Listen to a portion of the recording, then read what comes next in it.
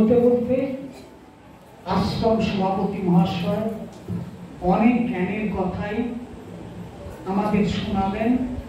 আমরা এই অমূল্য কথাগুলি শুনে ধন্য, ওনাকে অনেক অনেক ধন্যবাদ।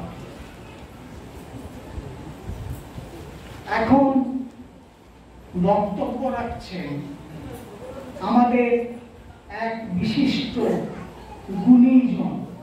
আপনারা আগেই শুনেছেন ক্ষীরপাই হাই স্কুলের প্রধান শিক্ষক এবং স্বনামধন্য কীর্তনিয়া। তিনি বক্তব্য রাখবেন শক্তিপদ পাল মহোদয়। উনি ওনার অন্তরে কিছু কথা এই যে অংশটি দেয়া আছে তৎ বিষয়ে উনি কিছু উল্লেখ করছেন।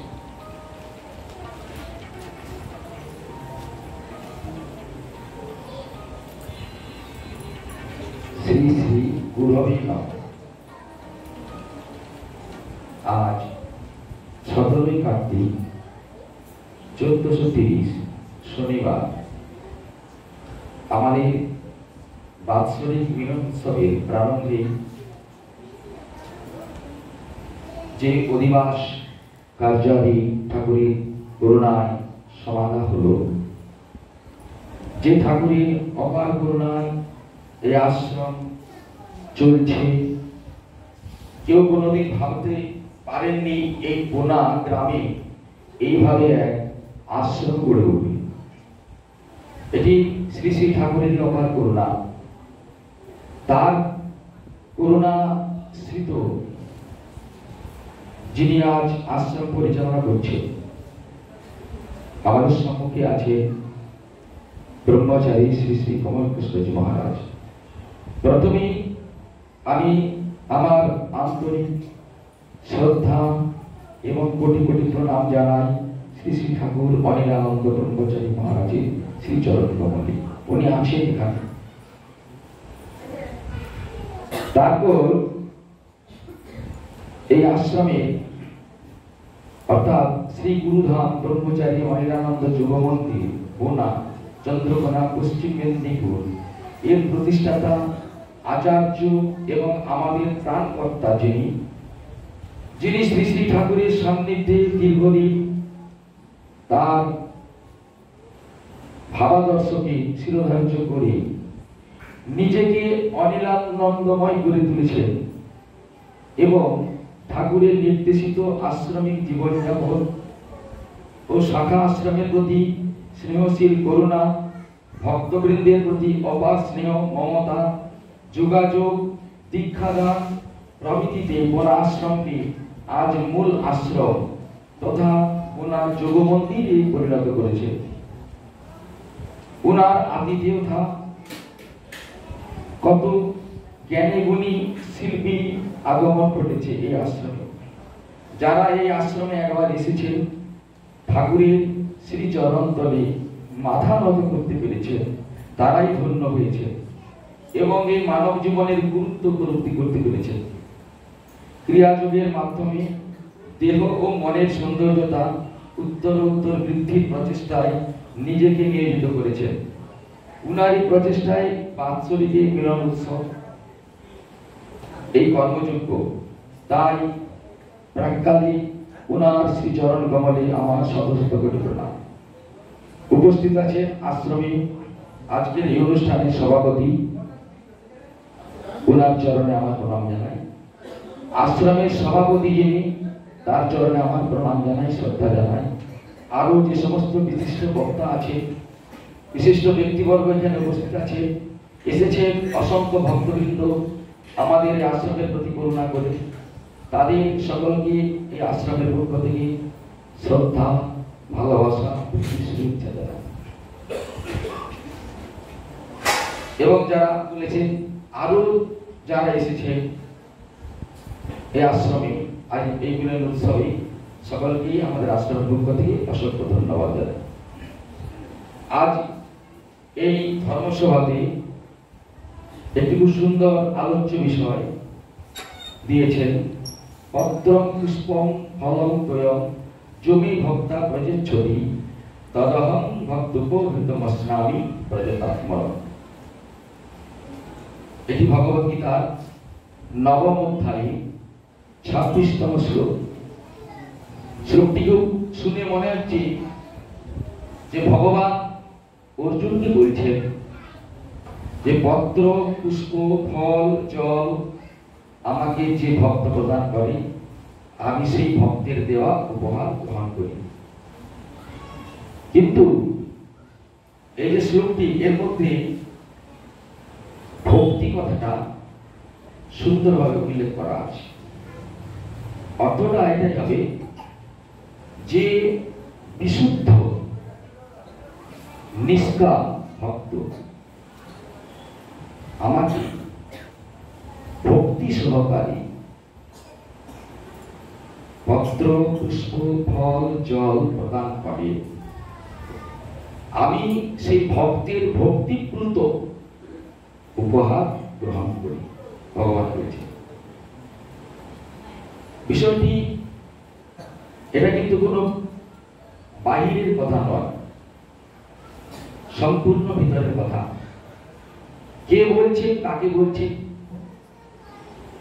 ভগবান বলছে অর্জুনকে।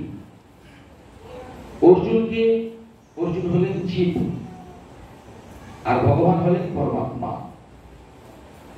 পরং হি ব্রহ্ম কহিতম কথিতম যোগযুক্তেন তন্ময়া। ভগবান শ্রীমদ্ ভগবত গীতাতে যে কথাগুলি বলেছেন সমস্ত কিন্তু যোগযুক্ত হয়ে বলেছেন। আমাদের মতো সংসারী হয়ে উপদেশ দিচ্ছেন এমন নয়। তিনি পরমাত্মা পুরুষ। কৃষ্ণকে না ব্রহ্ম সংহিতাতে বলা হয়েছে ঈশ্বর পরম কৃষ্ণ সচ্চিদানন্দ বিগ্রহ অনাদির আদি গোবিন্দ সর্বকারণ কারণ। ঈশ্বর, কৃষ্ণ হলেন ঈশ্বর। কেমন ঈশ্বর? না সরৈশ্বর্যপূর্ণ ঈশ্বর। ঐশ্বর্যস্য সমগ্রস্য বীর্যস্য যশস্বীয় জ্ঞান বৈরাগ্যশ্চৈব সন্ন্যাং ভব ইতি গুণা। অর্থাৎ ভগবান সচ্চিৎ আনন্দময় পুরুষ, সরল ঐশ্বর্যময় পুরুষ, পরমাত্মা পুরুষ, যোগী, পরম যোগী। তিনি যোগ মার্গে সমস্ত কথাগুলি বলছেন। অর্থাৎ ভগবান বলছেন যে পত্র, পুষ্প, ফল, জল আমাকে যিনি দান করেন আমি গ্রহণ করি। আপনারা তো অনেক দিয়েছেন, অনেক ভগবানের সেবা করেছেন। ভগবান সেবা গ্রহণ করেছেন কারো? দেখেছেন? কারো দেওয়া উপহার থেকে এক মুষ্টি তুলে খেয়েছেন ভগবান? ভগবান কি বাহিরের বস্তু? উনি কি পার্থিব জগতের বস্তু? মা যশোমতী প্রতিদিন গোপালের জন্য ভালো ভালো গাভী দহন করে তার থেকে ছানা মাখন তুলে রাখতেন। কে সেবা করবেন? না গোপাল। গোপালকে না কৃষ্ণ ভগবান। দাপর যুগে যশোমতী সন্তান রূপে এসেছিলেন, জন্মেছিলেন দেবকীর উদরে। আবার শাস্ত্রে বলছেন যে ভগবানের জন্ম নেই, ভগবান আবির্ভূত হন। যাক, অনেক তর্ক। এখন যশোদাতুলা মা সাজিয়ে রেখেছেন ছানা নবনী, কিন্তু গোপীরা মায়ের কাছে অভিযোগ জানাতে আসছে যে মা, তোমার গোপাল আমাদের বাড়ি থেকে ছানা মাখন নবনী চুরি করে খায়, তার জন্য কোনো কিছু রাখতে পারছি না। গোপীরা অভিযোগ জানাচ্ছে। মা গোপালকে কাছে গিয়ে বলছেন, কি গোপাল, তোর জন্য যে এত কিছু আমি সাজিয়ে রেখেছি, তবু তুই চুরি করে খাবি? তোর জন্য আমাকে কথা শুনতে হবে? তখন গোপাল হাসছে। কেন হাসছে? না মাও ভক্ত আর গোপীরাও ভক্ত। মা কেমন ভক্ত? মা হলেন বাৎসল্য রসের ভক্ত। মা হলেন সংসারী। মায়ের গোপাল ছাড়াও আরো অন্যান্য কাজকর্ম আছে। মা যেটা তৈরি করে রেখেছে বাৎসল্য প্রেমে জড়িত আছে। সন্তান স্নেহে মা সেবা নিচ্ছেন। আর গোপাল কি চায়? গোপাল, গোপীরা যে মাখনটি রেখেছে তারা সর্বদাই সকাল থেকে কেবলমাত্র কৃষ্ণের জন্যই আত্মেন্দ্রিয় প্রীতি বাঞ্ছা তারে বলি কাম, আর কৃষ্ণেন্দ্রিয় প্রীতি ইচ্ছা ধরে প্রেম নাম। কৃষ্ণ প্রীতির জন্য কৃষ্ণ সুখের জন্য, কৃষ্ণ সেবার জন্য গোপীরা তারা কিন্তু মাখন দেখেছেন। তারা মনে মনে চায় যে গোপাল এসে সেবা করবে। তাই গোপাল ওই গোপীদের ভক্তিপ্লুত ছানা মাখন ওটা ছেড়ে মায়ের কাছে আসতে পারছে না। অর্থাৎ ভগবান কিসে সন্তুষ্ট? না ভক্তিতেই সন্তুষ্ট। যেখানে ভক্তি সেখানেই কৃষ্ণ সেবা। তাই ভক্তের ভক্তি যদি না থাকে, বিশুদ্ধ ভক্ত, কেমন ভক্ত? না বিশুদ্ধ নিষ্কাম ভক্ত।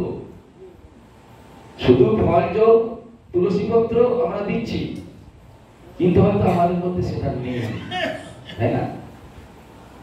যখন সুদামা বিপ্র চিড়ে ভিক্ষে করে নিয়ে দ্বারকায় যাচ্ছেন, কার কাছে? না রাজা কৃষ্ণচন্দ্রের কাছে, দ্বারকার রাজা। কিনে যাচ্ছে না সখা আমার রাজা, বন্ধু আমার রাজা, কিন্তু আমি তো অভাবী দরিদ্র। স্ত্রী বলেছেন যাও না, তার কাছ থেকে যদি কিছু পাও নিয়ে এসো না, আমাদের তো অভাবের সংসার। তা যাচ্ছেন বন্ধুর সঙ্গে দেখা করতে, কি নিয়ে যাবেন? বাড়িতে কিছুই নেই, দরিদ্র। তাই কিছু চিড়ে ভিক্ষা করে আঁচলে বেঁধে নিয়ে যাচ্ছে। কিন্তু যেতে যেতে এমন কৃষ্ণ প্রেম, এমন প্রীতি, এমন ভক্তি, চোখের জলে সেই চিড়েগুলো ভিজে গেছে। হা কৃষ্ণ বলে কাঁদতে কাঁদতে যাচ্ছেন দ্বারকাতে। ভগবান শ্রীকৃষ্ণ ঐশ্বর্যময়, মাধুর্যমণ্ডিত, তিনি সব জানেন। ভক্তের অন্তরের ব্যথা বুঝতে পেরেছে। যখন সমস্ত কথাবার্তা হয়ে গেল, বলছে আচ্ছা সুদামা তুমি যে এলে আমার জন্য কিছু নিয়ে আসো না? সুদামা তো ঐশ্বর্য দেখে, দ্বারকার ঐশ্বর্য দেখে সব ভুলে গেছে, কৃষ্ণের আতিথেয়তা দেখে সব ভুলে গেছে। তার যে আঁচলে বাঁধা আছে ভক্তি ভগবানের জন্য, সখার জন্য চিড়ে নিয়ে এসেছি, সেটা মনে নেই। কিন্তু ভগবান অন্তর্যামী, ভগবানের স্থান কোথায়? অন্তরে। আমরা কি করছি না করছি উনি সব লক্ষ্য করছেন, সব জানেন। সুদামা লুকিয়ে রাখছেন, কিন্তু ভগবান জানেন যে সুদামা আমার জন্য চিড়ে নিয়ে এসেছে। সেটি দেখছেন যে ভিজে গেছে, কিসে? না ভক্তিতে, প্রেমে, চোখের জলে ভিজে গেছে। তাই ভগবান কি করলেন? সেই চিড়ে এক মুষ্টি তুলে নিয়ে মুখে তুললেন। আহা কি সুস্বাদু, কি মধুর। এগুলো হচ্ছে সাক্ষাৎ সেবা। ভগবানের সঙ্গে ভক্তের সাক্ষাৎ সেবা দিয়েছেন। কিন্তু আমাদের সঙ্গে তো সাক্ষাৎ সেবা নয়, আমরা ভগবানকে কাছে পাচ্ছি না। এই কলিযুগে দৈতিক ব্রাহ্মণ একটি গোপালকে কোলে করে নিয়ে এসে উপস্থিত হয়েছেন কোথায়? না নবদ্বীপে, সচি মাতার ঘরে। সেই গোপালকে রেখেছেন, রন্ধন করে গোপালকে নিবেদন করছেন, নমো ব্রহ্মণ্য দেবায় গো ব্রাহ্মণ্য হিতায় চ জগদ্ধিতায় শ্রীকৃষ্ণায় গোবিন্দায় নমো নমো। যখন নিবেদন করছেন, কলি যুগের অবতার সেই বৃন্দাবনের কৃষ্ণ এসেছেন নিমাই রূপে। সেই নিবেদন জেনে উনি এসে তুলছেন আর খাচ্ছেন। নিবেদনটা কাকে করেছেন? না কৃষ্ণকে। খাচ্ছেন কে? না নিমাই। যে নিমাই সেই কৃষ্ণ জানিয়ে দিচ্ছে। আবার রন্ধন করলেন, কৃষ্ণ সেবা তো হলো না, আবার রন্ধন করলেন, আবার দিচ্ছেন, আবার নিমাই এসে সে একইভাবে হেঁটো করে খাচ্ছেন। দেখলেন যে তাহলে কি কৃষ্ণ সেবা হবে না, গোপালের সেবা হবে না? তার জন্য কি করলেন? রাত্রিতে দরজা বন্ধ করে দিলেন, মন্দিরে হিল দিয়ে দিলেন, দিয়ে গভীর রাত্রিতে রন্ধন করে গোপালকে সেবা লাগাচ্ছেন। সেই একইভাবে নমো ব্রহ্মণ্য দেবায় গো ব্রাহ্মণ্য হিতায় চ জগদ্ধিতায় শ্রীকৃষ্ণায় গোবিন্দায় নমো নমো। যখন নিবেদন করেছে, আবার সেই নিমাই এসে উপস্থিত হয়েছে। তখন দৈতিক ব্রাহ্মণ বলছে যে এত রাত্রেও তুমি, তাহলে কি আমার গোপালের সেবা হবে না? তখন নিমাই জানাচ্ছেন, ব্রাহ্মণ তুমি জানো না আমি কে? তুমি তো বাহিরের দরজায় খিল দিয়ে দিয়েছো, কিন্তু তোমার যে ভেতরের দরজাটা খোলা আছে। তাই তুমি ডাকছো, তোমার ওই অন্তরের ডাকে আমি আর থাকতে পারছি না, আমি ছুটে আসছি। তুমি যাকে নিবেদন করছো আমি সেই কলিযুগে আমি এসেছি, তুমি আমাকে চিনতে পারছো না বলে যখনই স্পর্শ করেছে দৈতিক ব্রাহ্মণকে নিমাই, তখন সমস্তই দেখতে পেলেন। সে বৃন্দাবন, সেই যুগল মূর্তি, সেই গিরি গোবর্ধন, যমুনা নদী, নদী গিরিবন সমস্তই দর্শন করালেন। তুমি দেখো আমি কি দিলেন না দিব্য চক্ষু দান করার পরে উনি দেখতে পেলেন। তাহলে ভগবানকে সেবা করবে। ভগবান কোথায় আছেন? ভগবান বলছেন প্রত্যেকটি জীবের হৃদয় গুহায় আমার অবস্থান, হৃদয় মন্দিরে হৃদয়ে আছেন উনি। আমরা দিচ্ছি কোথায় না বাহিরে দিচ্ছি, উনি তো আছেন ভেতরে। মুরারি গুপ্ত ভক্ত কলিযুগের গভীর রাত্রে ঘৃত মাখা অন্ন ভালো করে গরম মাতে ঘি মাখিয়ে ভাবছে যে গৌরের সেবা নিতে হতো। গৌর কোথায়? গৌর তো কাছে নেই। তাই কি বললেন না গৌর প্রেমে আপ্লুত হয়ে সেই ঘৃত মাখা অন্ন খাও খাও বলে হৃদয়ে যখনই ধরেছে সব অন্ন মাটিতে পড়ে গেছে।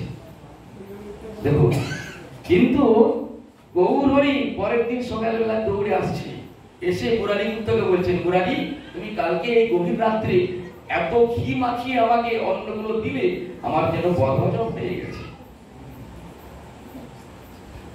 আমার বদহজম হয়ে গেছে। বলে যে ঠেকুর তুলেছেন। তাহলে কোথায় সেবা করেছেন না অন্তরে। গৌর কোথায় আছেন? ভগবান কোথায় আছেন না অন্তরে। যখনই সেবা করিয়েছেন উনি কিন্তু সেবা গ্রহণ করেছেন। তাই তার ফলস্বরূপ পরের দিন সকালবেলা জানাচ্ছেন যে আমি অত রাত্রে ঘি মাখা অন্ন খেয়েছি, আমার বদহজম হয়ে গেছে। দাও তুমি একটু তোমার ভক্তির জল দাও, ভক্তির জল। যে ভক্তিতে তুমি আমার সেবা নিয়েছো সেই ভক্তির জল আমাকে একটু দাও, দিলেই আমার সব হজম হয়ে যাবে। ভক্ত আর ভগবান, আত্মা পরমাত্মা কোথায় আছে না আত্মা আছেন হৃদয় মন্দিরে, হৃদয়ে। পরমাত্মা কোথায় আছেন? সহস্রারে। যারা আশ্রমে দীক্ষা নিয়েছেন বাবার কাছে বা অন্যান্য কোথাও আচার্য ব্রহ্মবিদ আচার্যের কাছে যারা দীক্ষা নিয়েছেন তারা নিশ্চয়ই জানেন আমাদেরকে একটা জ্যোতি দর্শন করে দিয়েছে। ওই জ্যোতিটা কি না ওইটি হলো ব্রহ্মজ্যোতি, আত্মজ্যোতি। প্রত্যেকটা জীবের স্বধর্ম হলো আত্মদর্শন, আত্মাকে জানা। সেটা যেভাবেই হোক আত্মাকে জানতে হবে। আত্মদর্শন, আত্মসেবা এটি হলো পরম সেবা। ভগবান বলছেন যত্তরসি যদাশ্বাসী যজ্জসি দদাসি যত্ত বশ্বাসী হে কুন্তিও তৎপুরুষ মদপূর্ণ। তুমি যা করছো সব আমাকেই অর্পণ করো। তুমি যা আহার করো, যা কর্ম করো, যা কিছু করো সব আমাকেই অর্পণ করো। অর্থাৎ তুমি কৃষ্ণময় হয়ে যাও। কৃষ্ণময় না হলে কৃষ্ণের সেবা নেওয়া যাবে না। যাহা যাহা নেত্র পড়ে তাহা তাহা কৃষ্ণ স্ফুরি। যখন এই ভাব হবে, রাধা রানী যেদিকেই তাকাতেন সেদিকেই কৃষ্ণ দর্শন করতেন। চৈতন্য চরিতামৃত গ্রন্থে বলছে গোপীগণের প্রেম আধীরূঢ় ভাবনা, নির্মল নিষ্কাম প্রেম গভীর নহি কাম। ভগবান কামনা বাসনার অধীন নয়। নিষ্কাম প্রেম, অনির্মিত্তা, নিমিত্তবিহীন যে প্রেম, কোন উদ্দেশ্য প্রণোদিত নয়। নিষ্কাম নির্মল বিশুদ্ধ প্রেম, নির্মল নিষ্কাম বিশুদ্ধ প্রেম কভু নাহি কাম। কাম প্রেম দোহাকার বিভিন্ন লক্ষণ, লোভ আর হেম জৈসে স্বরূপের লক্ষণ। সোনা আর লোহা অনেক তফাৎ, কাম প্রেম অনেক তফাৎ। কাম প্রেম দোহাকার বহুত অন্তর, কাম অন্ধতম প্রেম নির্মল ভাস্কর। আত্মেন্দ্রিয় প্রীতি বাঞ্ছা তারে বলি কাম, কৃষ্ণেন্দ্রিয় প্রীতি ইচ্ছা ধরে প্রেম নাম। অতএব গোপীগণের নাই সে কাম গন্ধ, কৃষ্ণ সুখ লাগি গোপীর কৃষ্ণের সম্বন্ধ। কৃষ্ণ সুখ লাগি গোপীর সর্ব পরিত্যাগ, কৃষ্ণ সুখ লাগি করে শুদ্ধা অনুরাগ। এই অনুরাগ যদি থাকে, শ্রদ্ধা যদি থাকে, প্রেম ভক্তি যদি থাকে, তাহলে ভগবান সেই ভক্তির ভক্তিতে আপ্লুত হয়ে তার দানে ভগবান তার দেওয়া এই সমস্ত প্রীতি উপহার গ্রহণ করেন। ভক্তমণ্ডলী, আমি বেশি সময় নেব না। আরো অন্যান্য জ্ঞানী গুণী ভক্ত আছেন, তাদের মুখ থেকে শুনবেন। আমি আর বিশেষ কিছু বলছি না। তবে দীক্ষা নিয়ে ব্রহ্মবিদ গুরুর কাছ থেকে দীক্ষা নিয়ে যখন আমরা দিব্য জ্যোতি দর্শন করতে পারবো, দিব্য চক্ষু লাভ করে দিব্য জ্যোতি দর্শন করতে পারবো, যেখানে আত্মা পরমাত্মায় মিলন হবে, সেখানে হবে ভগবত সেবা, ভগবত প্রেম, ভগবত ভক্তি। এর উপরে কোনো আমাদের কোন কুণ্ডলিনী কেবলই আকারে চির নিদ্রাগত আছে মূলাধারে, গুরু দত্ত সাধনার জোরে জাগ্রত করোনা তাহার। মূলাধার অবধি পঞ্চচক্র ভেদি, আজ্ঞা চক্রে যদি থাকো নিরবধি, হেরিলে সে নিধি যাবে ভবব্যাধি, ভাসিবে আনন্দ সাগরে। নাদ বিন্দু ভেদি চল সহস্রারে, নিরবধি যেথায় প্রমোদ ঝঙ্কারে, গোবিন্দ আধারে হেরিলে সেভাবে, ফিরে আসিতে হবে না ভাবে আর। এই সমস্যাটি যেখানে জ্ঞানে আর ফিরে আসতে হবে না, যেখানে পরমাত্মা আছে, গুরু আত্মজ্ঞানী যিনি, তিনিও যা আর পরমাত্মাও তা। ভগবান শ্রীকৃষ্ণ পরমাত্মা পুরুষ। গুরু দীক্ষা নিয়ে আমরা যদি আত্মজ্ঞান লাভ করতে পারি, সেই আত্মদর্শনের মধ্য দিয়ে আমরা ঠিক একদিন না একদিন সেই জায়গায় পৌঁছে যেতে পারি। অর্থাৎ সে বড় কঠিন ঠাঁই যেখানে গুরু শিষ্যের ভেদ নাই, ভক্ত ভগবানে ভেদ নাই, আত্মা পরমাত্মায় ভেদ নাই। জয় গুরু, জয় গুরু, জয় গুরু, জয় গুরু। এখন